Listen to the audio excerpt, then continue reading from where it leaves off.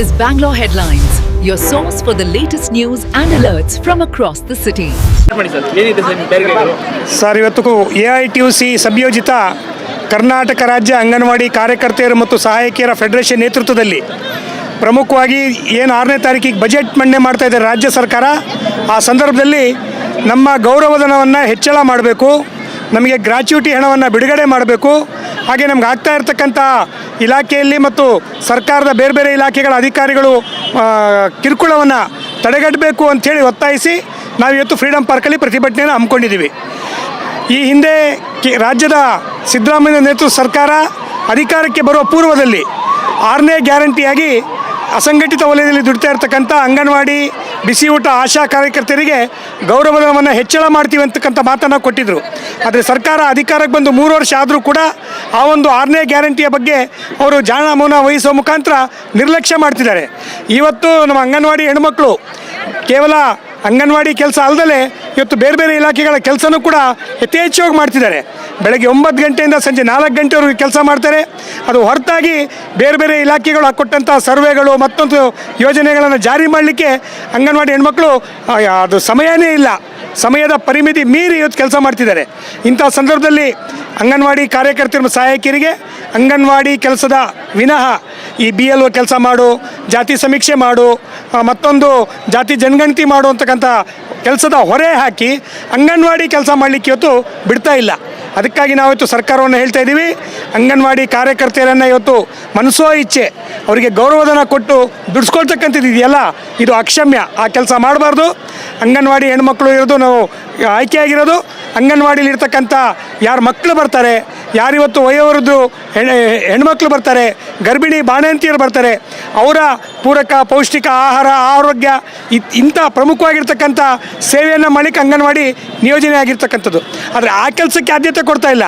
ನೀನೋಗಿ BLO ಕೆಲಸ ಮಾಡಬೇಕು, ಮತದಾರರ ಪಟ್ಟಿ ಪರಿಷ್ಕರಣೆಯಲ್ಲಿ ನೀನು ಇರಬೇಕು, SIR ಅಲ್ಲಿ ನೀನಿರಬೇಕು, ಇಲ್ಲದೇ ಇದ್ದರೆ ನಿನ್ನನ್ನು ಕೆಲಸದಿಂದ ಸಸ್ಪೆಂಡ್ ಮಾಡ್ತೀವಿ ಅಂತೇಳಿ ಇವತ್ತು ಜಿಲ್ಲಾಧಿಕಾರಿಗಳು, ತಹಸೀಲ್ದಾರ್ ಅವರು ಬೆದರಿಕೆಯನ್ನು ಒಡ್ಡು ಒಂದು ರೀತಿ ಬೆದರಿಕೆಯಲ್ಲಿ ಕೆಲಸ ಮಾಡ್ತಕ್ಕಂಥ ಸಂದಿಗ್ಧತೆಯನ್ನು ಇವತ್ತು ಅಧಿಕಾರಿಗಳು ಸರ್ಕಾರ ಸೃಷ್ಟಿ ಮಾಡ್ತಾ ಇದೆ. ಹಾಗಾಗಿ ನಾವಿವತ್ತು ಸರ್ಕಾರದ ಮುಂದೆ ಬೇರೆ ಬೇರೆ ಹಲವಾರು ಡಿಮ್ಯಾಂಡ್ಸ್ ಇದೆ ಅವ್ರದ್ದು. ಅಂಗನವಾಡಿಗಳಲ್ಲಿ ಅವ್ಯವಸ್ಥೆ ಇದೆ, ಸರಿಯಾದ ರೀತಿಯೆಲ್ಲ ಸಲಕರಣೆಗಳು ಇವತ್ತು ಸಿಗ್ತಾ ಇಲ್ಲ ಅವರಿಗೆ, ಸರಿಯಾದ ರೀತಿಯಲ್ಲಿ ಅವ್ರಿಗೆ ಸಿಗಬೇಕಾಗಿರ್ತಕ್ಕಂಥ ಮೂಲಭೂತ ಸೌಕರ್ಯಗಳು DA ಯಾವುದೂ ಕೂಡ ಸಿಗ್ತಾ ಇಲ್ಲ. ನಾವು ಅದನ್ನು ಕೂಡ ಡಿಮ್ಯಾಂಡ್ಸ್ ಇಟ್ಕೊಂಡಿದ್ದೀವಿ. ಆದರೆ ನಾಳೆ ಬಜೆಟ್ ಸಂದರ್ಭದಲ್ಲಿ ಒಂದಿಷ್ಟು ಹಣವನ್ನು ಮೀಸಲಿಡ್ತಕ್ಕಂಥ ಪ್ರಮುಖ ಬೇಡಿಕೆ ಇವತ್ತು ಅಂಗನವಾಡಿ ಕಾರ್ಯಕರ್ತೆಯರಿಗೆ 15,000 ರೂಪಾಯಿ ಗೌರವಧನ, ಸಹಾಯಕಿಯರಿಗೆ 10,000 ರೂಪಾಯಿ ಕೊಡಬೇಕು. ಹಾಗೆ ನೀವೇ ಹೇಳಿದಾಗೆ ಯಾರು ನಿವೃತ್ತಿ ಆಗ್ತಾರೆ ಅವ್ರಿಗೆ ಇಡಗಂಟು 3 ಲಕ್ಷ ಕೊಡ್ತೀವಿ ಅಂತ ಹೇಳಿದರು. ಅದನ್ನು ಇವತ್ತು ಬಿಡುಗಡೆ ಮಾಡಲಿಕ್ಕೆ ಗಮನ ಕೊಡಬೇಕು.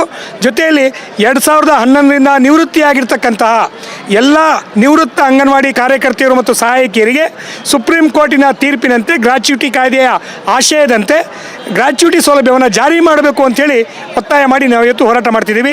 ಈಗಾಗಲೇ ನಾವು ಸರ್ಕಾರಕ್ಕೆ ಫ್ರೀಡಮ್ ಪಾರ್ಕಲ್ಲಿ ಕೂತ್ಕೊಂಡು ಪ್ರತಿಭಟನೆ ಮಾಡಿದ್ರೂ ಕೂಡ ನಮ್ಮ ಸಚಿವರಾಗಲಿ ಸರ್ಕಾರದಿಂದ ಯಾರೂ ಬರಲಿಲ್ಲ.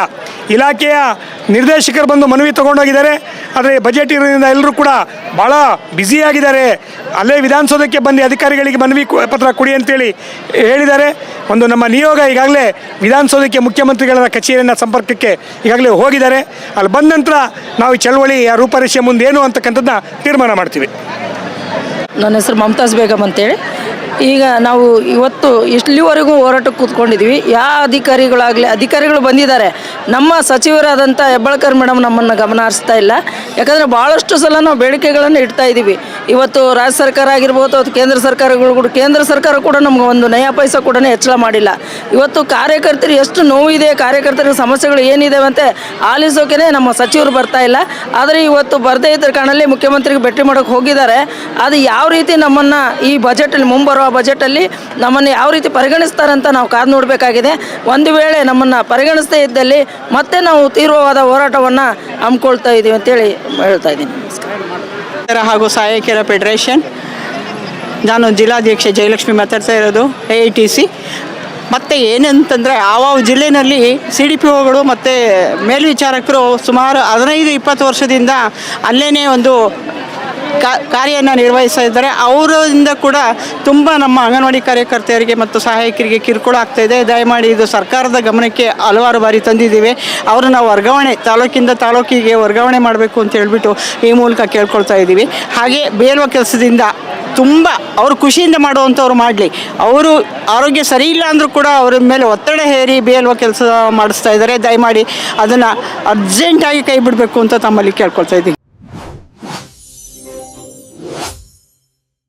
Subscribe channel for latest update.